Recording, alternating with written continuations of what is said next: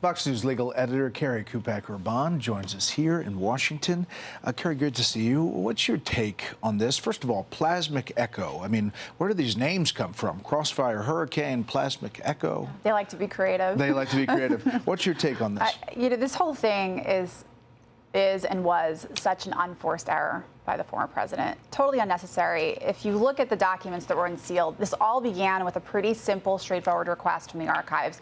They asked for three things. They asked for the infamous Kim Jong-un letter.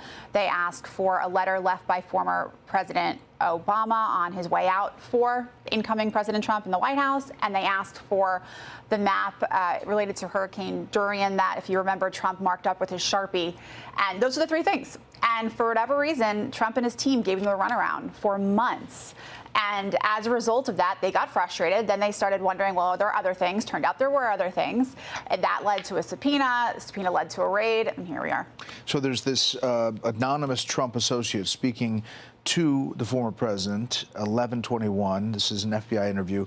Whatever you have, give everything back. Let them come here and get everything. Don't give them a noble reason to indict you, because they will. So there was a knowledge inside. Yep, and that's what I've heard all along from people who were involved. And, if I had to give one piece of advice to the former president, it would be, let them go after you for doing the right thing, not for making unnecessary mistakes or doing the wrong thing. And here these were not his to have. They weren't. I know that's probably frustrating for him. I think this was probably largely driven by ego. And he says the Presidential Records Act, all of that. Yeah, right. But even then, that doesn't mean they belong to him.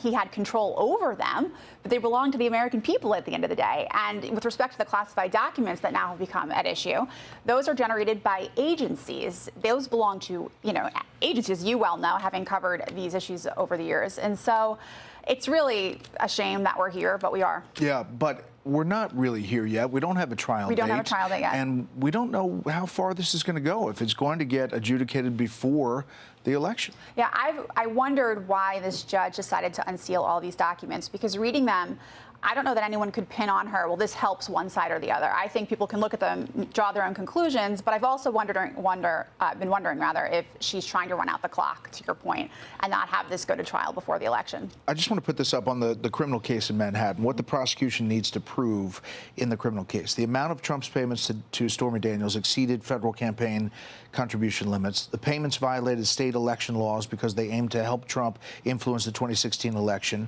through unlawful means, and the payments to Michael Cohen, violated state tax laws. It seems like it's kind of cobbled together there in these 34 counts. How does it go? Yeah, cobbled together while taking giant leaps of the imagination to even get there. I think bringing these cases under the law, because there are a couple of key facts or key issues here. One, entering into an NDA is not illegal. Non-disclosure agreement. Non-disclosure agreement is not illegal. Doesn't matter if it's with a porn star or anyone else. Maybe sleazy, maybe dirty. People may not like it. It's not illegal. That's one issue. Another one is classifying or labeling that payment as a legal expense. Well, what is it exactly? Is it not a legal expense? Compensation for an NDA? And also, did Trump have actual knowledge of what an associate at Trump Tower labeled as such? And again, even if they did, what's the problem exactly?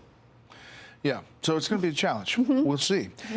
We have a lot to cover all days. So thank you for coming in. I'm Steve Doocy. I'm Brian Kilmeade. And I'm Ainsley Earhart. And click here to subscribe to the Fox News YouTube page to catch our hottest interviews and most compelling analysis.